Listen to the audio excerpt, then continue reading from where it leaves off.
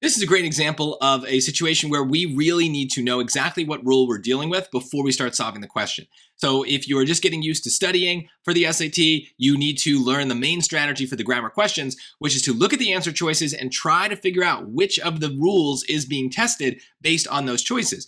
These are very long answer choices. The words are kind of all jumbled up, right? They're moving them around a lot. That's unusual. In fact, there's really only one rule on the test that involves that kind of answer choice, very long, very jumbled. It is the modifiers rule.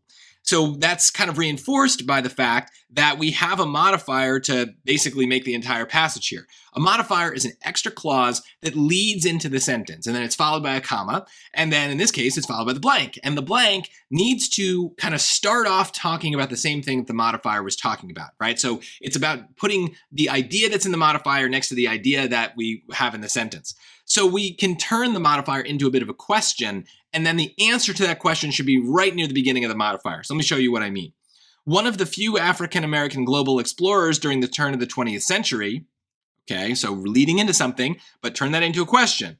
Who was one of the few African-American global explorers during the turn of the 20th century, right? So whoever that who is, I don't even know because I haven't read the answer choice yet. That's kind of what we need to start with. So A, Matthew Henson made several treks across Greenland between 1891 and 1909.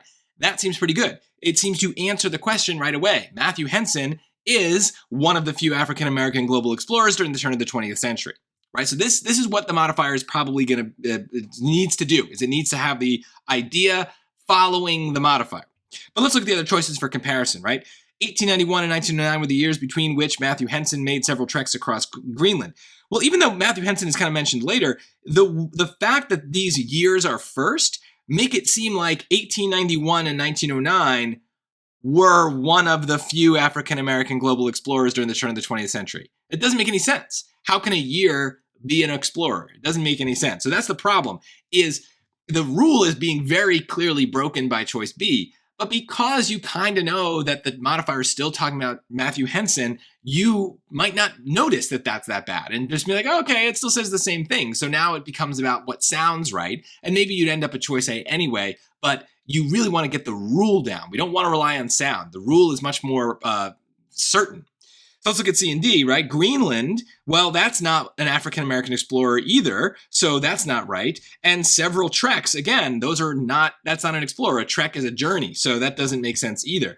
So notice the only thing that answers the question is also the only thing that starts with Matthew Henson, right? There's only really one choice. So even though these choices are long, because we knew what we were looking for, because we knew what the rule of modifiers was, we're able to kind of sort through the choices very, very quickly just by looking at the first few words and seeing that they don't start with the words that we need. This is a very reliable rule. I have a whole lesson on this. It's very important to understand for the SAT because even in the easy module, it could show up and it tends to be one of those rules that people get wrong because they don't understand the rule. They don't know what the SAT is actually asking of them for questions like this. But once you learn to recognize it, these become some of the easiest questions that you'll see on the entire test.